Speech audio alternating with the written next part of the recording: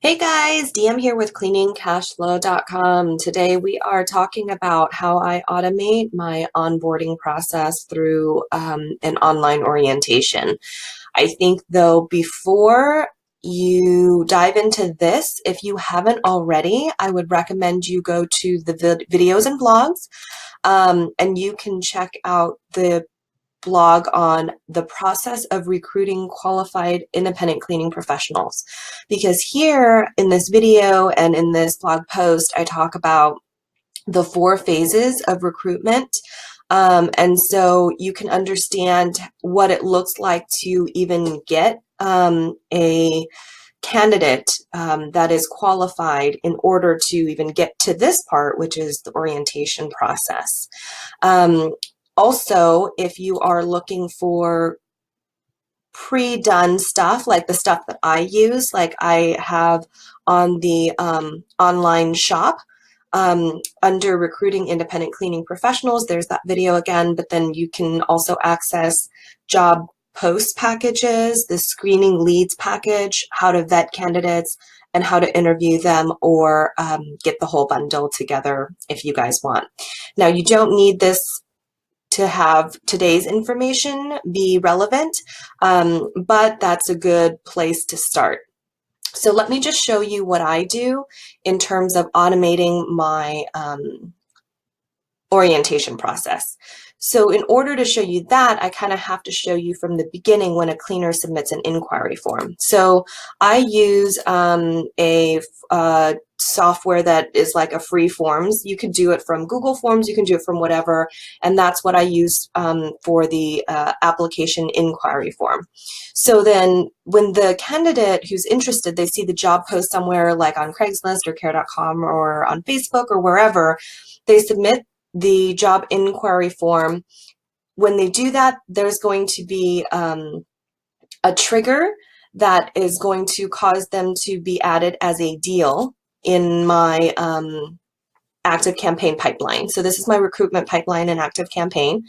And a deal is a function that exists in ActiveCampaign that allows you to create pipelines and then certain segments within the pipeline and then move contacts in between the segments. So you can create almost any kind of pipeline you want. And I created within the deals function the recruitment pipeline. So like I said, when a candidate submits an inquiry form, once they hit submit, Zapier automatically creates a deal here, which is their contact info, into inquiry submitted. Then it's my virtual assistant's job to move this candidate through the different stages of the process. So she would need to determine the qualification of the candidate. Then she would need to email the candidate an application email so that the applicant could submit their references, personal and professional references, as well as schedule availability and job preferences. And then we would move them on to the interview stage. Now here, interview and orientation is kind of clumped together, and reference checks, these are kind of happening simultaneously. It's up to you. For me, I actually do prefer my VA to do reference checks before I do the interview, because then it's like 90%, 95% chance that I'm going to accept this candidate and have them move on with my agency. Whereas if we did reference checks later, they might not have enough references. It just depends on where you're at in your life, if you value more time for yourself or you'd rather do more of the work. So for me, I have my reference checks first, and then I interview the candidate, and then they do the scheduled orientation, which is when I screen and make them an offer. So let's move to the actual orientation page. So at this point, let's say I used to do the orientations in person, which is why you see that the interview and orientation is happening here simultaneously. I actually need to rename these categories, because now I just do the interview, the reference checks happens, I do the interview, and then I will let them know after we leave the interview, once I've done the background screening, that they now qualify, and then I send them an email. How I do that is in Launch 27, when you add a new cleaner to the system, they have that automatic welcome email. Well, I had tweaked that automatic welcome email to let them set up themselves in Launch 27, but also have a link to their voluntary orientation.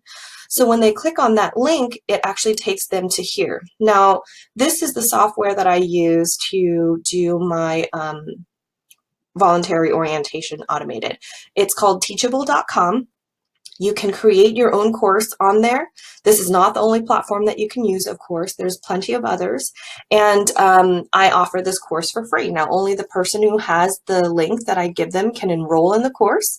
And then once they enroll, they can start taking the course. So if I click into, so it brings me over to the actual curriculum page. And this is something that I developed. It's like the same as my in-person orientation, except now it's all done online. And the main purpose of it is obviously three things. One, all candidates will receive the same information. They can also refer back to it. Number two, super time saver for me, because normally an orientation takes me about an hour or a little bit more if the candidate has a lot of questions. And then number three, I can, at the end, there is a check for understanding questionnaire that they would fill out. So that just helps me verify that not only did they go through the process, but that they're answering and submitting this check for understanding questionnaire that I can easily review online and have a record of. So super easy. So I'm going to go through and show you all the sections that I have. So here is a welcome to Dash video. And just a disclaimer to you guys, a couple of things, and I say this in every video, but I'm not an attorney and I'm not giving any legal advice about how to run your business. I'm just sharing how I do mine, number one. Number two is you can see my agency's name here.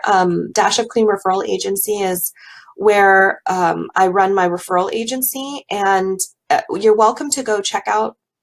If you want to go check out the website, you're certainly welcome to.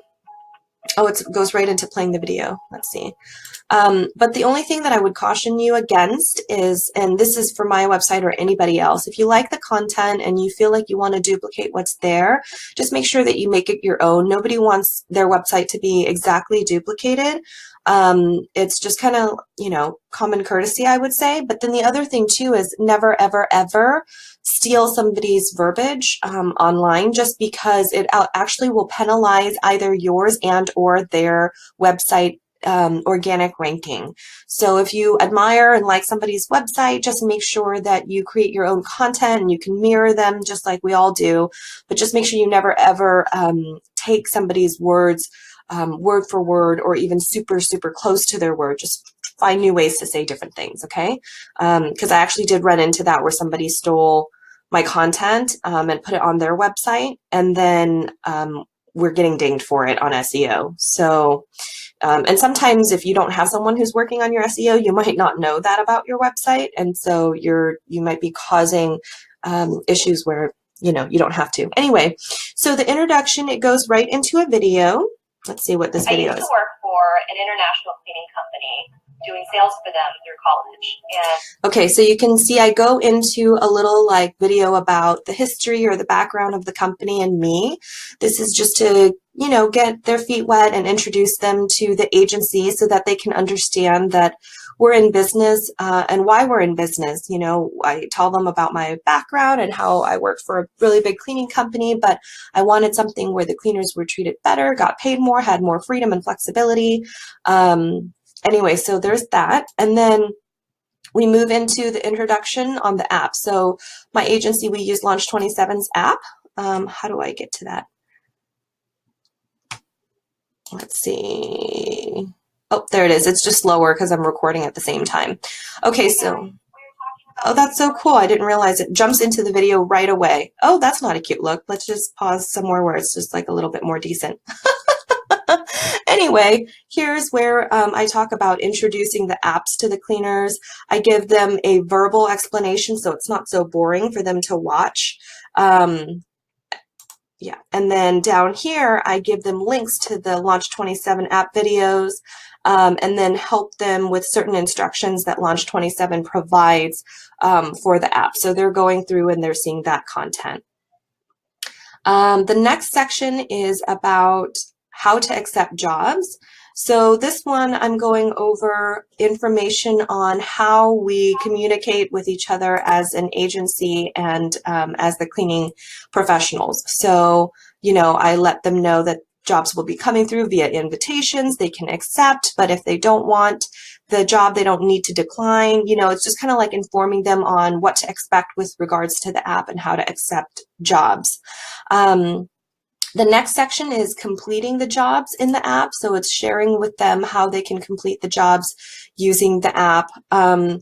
And for me, the way that I explain it too is with the apps, if you're doing an hourly job, that's a way that the system can calculate the time.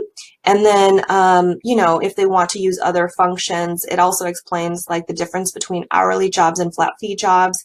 And this is how clients are charged, but they're all negotiable. So as an independent cleaning professional, the cleaners are able to renegotiate their fees. We actually talk about that a little bit later on. So, I think one of the most important things through the orientation process is to re-emphasize, clarify, and explain how it works as they are an independent cleaner. You really want them to not be confused that they're an employee. And of course, you've been so clear and transparent up until this point. Everything here just reiterates it. It's really important that cleaners that are working with your agency as an independent cleaner knows that they're independent and that you're not their employer, because you also want them to project that in their daily interactions and know that they have the freedom and choice to operate and run their business and run their profession the way that they deem is appropriate. And one could argue that, well, if that's the case, then how come, you have all these rules and on how you work together? These are more of like terms of agreement. So these are not pertaining to how they do their cleaning or how they run their business. This is just a partnership where if they're going to work with my agency, this is our administrative duties to essentially communicate with each other or function together to make things correct. For example, their settlement of fees, the things that we pay out for them each week for the jobs that they've done. We need to know the times if it's an hourly job, right? And for us to know the times, they need to clock in and clock out of the job or shoot us a text message of the times that they were there. So there's a fine line between, we talk about control factors with working with independent cleaners. You want to make sure you're not controlling them in their profession, but I think it's perfectly reasonable to, set terms of agreement on how to work together in terms of operations between the two of you. And I just want to emphasize there, cue in the legal disclaimer that I'm not an attorney, and you would have to check with your own situation about what you can or cannot do. But according to my understanding, this is the best way to make sure that the cleaners and you are on the same page. So anyway, moving on to the next section is your availability. So this is talking about letting the cleaners know that because they're independent cleaners, obviously they don't need to ask for time off. They can just mark in the app when they don't want to work. So if they have a schedule that day, then our agency will either ask the client to be matched with a substitute cleaner, or if the client prefers, we can reschedule the client with the cleaner when they are back. So that's the availability section. And then moving on to how we work together. So this segment, we've got types of jobs and negotiating job fees. So this is another, it's not going with me here. So this is another really clear section about, letting the cleaner know that as independent professionals, they are free to negotiate job fees, job types. They can go to a job and decide that they don't want to do it because this scope of the job is beyond the services that they provide. Of course, your agreements with your cleaners could look differently, but this is just, for me, these are the terms that I set with my cleaners or with the cleaners who register at my agency. And so, with hourly jobs, letting them know that they can negotiate the fee or the time that's needed, or even with the flat fee jobs that they're able to renegotiate the flat fees with the clients or convert it to an hourly job depending on what they think is appropriate, and then they just have to let our agency know. In the next section, it talks about job appointments and scheduling. So it just lets them know that by default, we offer clients like a 2-hour window. Some of those technicality things, if they need to reschedule a client, we can help them do that. If there's any late cancellations or lockouts, what's the policies on that we have as default. The next section talks about how clients are charged. This one I really like. I think this one emphasizes that we need to have a credit card on file before we book the job. So I think it instills in them a sense of better security, like they could show up to a job even with private clients or with different cleaning companies, and the client says, oh, I'll pay check or cash, but then they don't. And then we're like, how do you collect payment? So here we're just emphasizing that, credit cards are required at the time of booking, and hoping that that also instills a sense of security for the cleaners. Although we do emphasize that, chargebacks or failed charges are something that we cannot control. The next section is client expectations. So this is just kind of going over with the cleaner, sharing with them what the client's experience has been up until this point. And I'm sorry, you guys, it takes so long to load, although it's just another video of me talking, I'm sure. So I swear I picked the worst times to pause videos. But yeah, this is just talking about, client expectations as far as what the client has experienced up until this point. So it encourages the cleaners to go to the website and take a look at that. It tells the cleaner what we talk to the clients about when we do estimates and things like that, so that the cleaner has a perspective of what the client might be seeing or expecting when they're in the home. So that they can pick it up from there because they understand what the client's experience has been up until this point. Schedule of fees. So the next part is getting paid. So schedule of fees will show them the schedule of fees that they have. They already would have had this, but it's a printout. It tells them the prices that we charge clients, the percentage that they earn, and keep in mind that for us, they are still able to negotiate and renegotiate fees with the clients directly. Or through our agency's help, but that this is the parameter in which we use to do our pricing. I'm not sure that it's loading all the way. That's why it looks so funny. And then we go into getting paid. So the getting paid section just tells them that they get direct deposit on a weekly basis. Anyway. And then our agreement. So this is, so when I do the interview, I actually, at the end of the interview, if I feel like they're going to move on, I actually go over the contract with them in real life as well as having it in this automated portion, because to me, the contract is really important. It is the only basis that we have in terms of agreeing on how to work with each other. And that's also where I have the clause about, trade secrets, non-solicitation type stuff. So I really hone in and emphasize that in person as well as in this video. And this is like your best chance to make an impression on the cleaner to prevent customer poaching down the road, is to emphasize it so many times and the severity and importance and value that you have around it, so that they clearly can never say that they didn't know, right? Because you're doing it so many times, but in so many ways with such great emphasis that they really, I think it's just they really get it. It's important. And then if you're, so the contracts that I use have been vetted by an attorney. And it's for my state, and it's also originally I got it from California's nonprofit organization called CCDRA. So if you're not in California, please don't try to use it or contact them for it, because it's probably not helpful so much. But I think it's really important that you do get your contracts vetted by an attorney, and that it needs to be obviously an attorney that's in your state.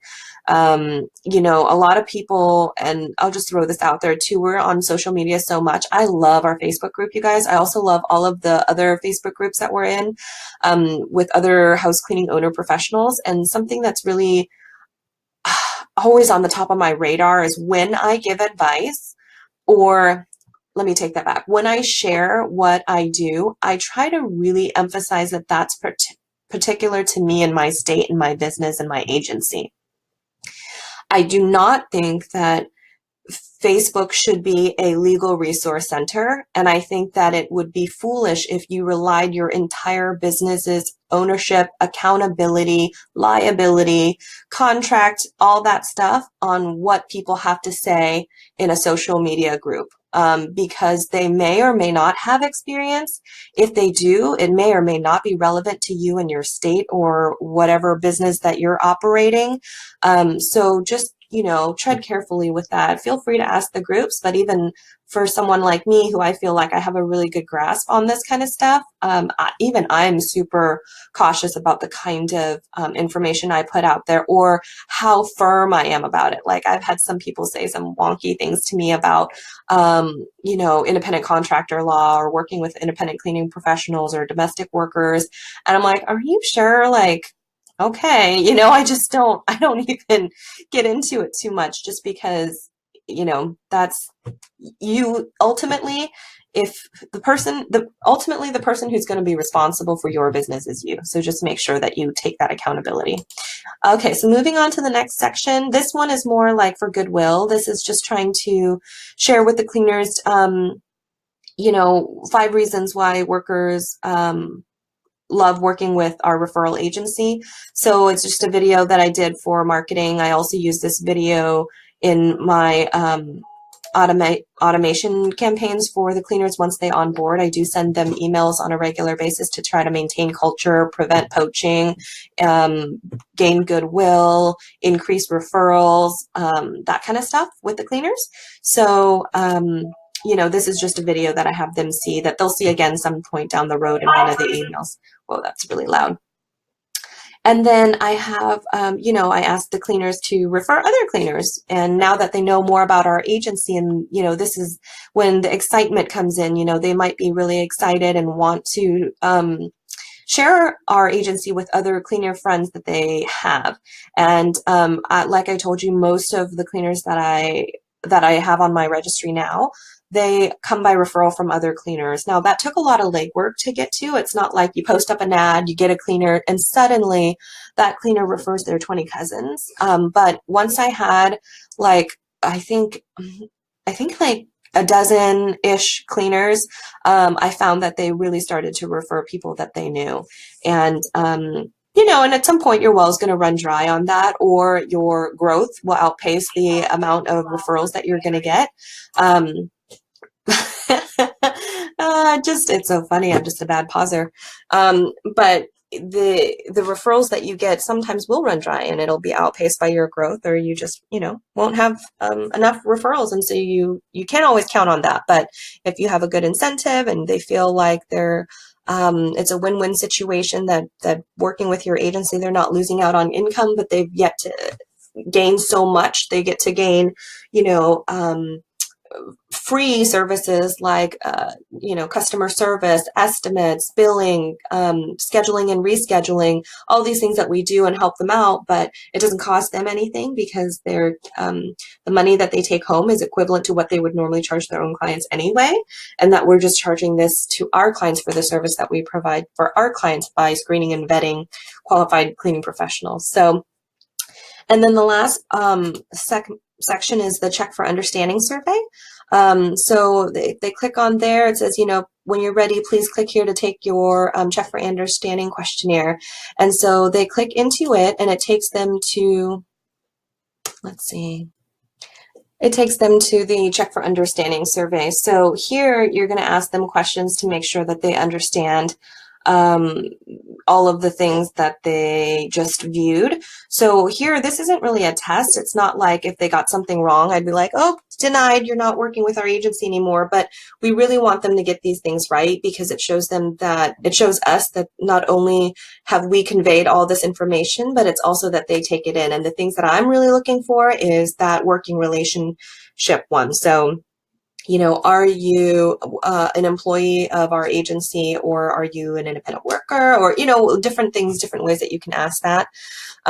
So I make sure that this is there. It has their email, their name. I can always refer back to this. I've actually had that happen before, where a cleaner, and to be honest with you, I think she was in a situation where she really wanted to, I don't know what she was doing in her life, but I think she onboarded with our agency with the intention to work with our agency for a short period of time and then file for uh, unemployment insurance or disability or something like that. And in fact, she referred another friend who I think was potentially wanting to do the same thing because the patterns of how they were with the agency was similar. And I was very clear and upfront. And so the EDD did ask me or send me a survey or something asking if, this employee, yada, yada, yada. I sent a letter back saying, the cleaner that we're working with is actually an independent cleaner. And so I shared that information with her, and she's like, what, you are my employer, right? So that's the potential sticky situation that you can find yourselves in. But it was so easy for me to go back and look like, if this was your check for understanding questionnaire, this is where you indicated that you understood that you were an independent worker. I also went over the contracts with you where you initial and signed. We also went over the contract in person. So all of these things to back up that it was made very clear to her. And I think she was just really eager to do something else, had different plans in mind. And so she couldn't dispute any of that information, obviously. And then she just went to Ghost Town because I haven't heard from her since. And that was a long time ago. So anyway, this is really important because you want to get the cleaners on the same page. But I think the check for understanding is the key to success, in addition to the contract, because it's just more evidence to prove to anybody who needs to see that we were explicitly clear, and that the understanding is mutual about what kind of working relationship it is. So once they submit the check for understanding survey, then you would get a copy of that in your inbox. This is just the Google survey forms that they have that I used and created a link for. And then ta-da, they're all done, literally just like that. And it all started with our systems when they first submitted the inquiry form and went through the whole process and then ended up with the orientation. So again, if you wanted to go back and take a look at that blog that talks about the process of recruiting qualified cleaners, I would recommend that in the video blogs. It's one of the featured posts on the right-hand side. And then if you were interested in getting the content that I use in the shop for the posting the job, screening leads, vetting candidates, and interviewing stuff, that's also available there as well. If you have any questions, you know where to find me. You can find me on Facebook. You can find me by subscribing to make sure that you're aware whenever new products come out. And I hope you found this helpful. Ciao for now.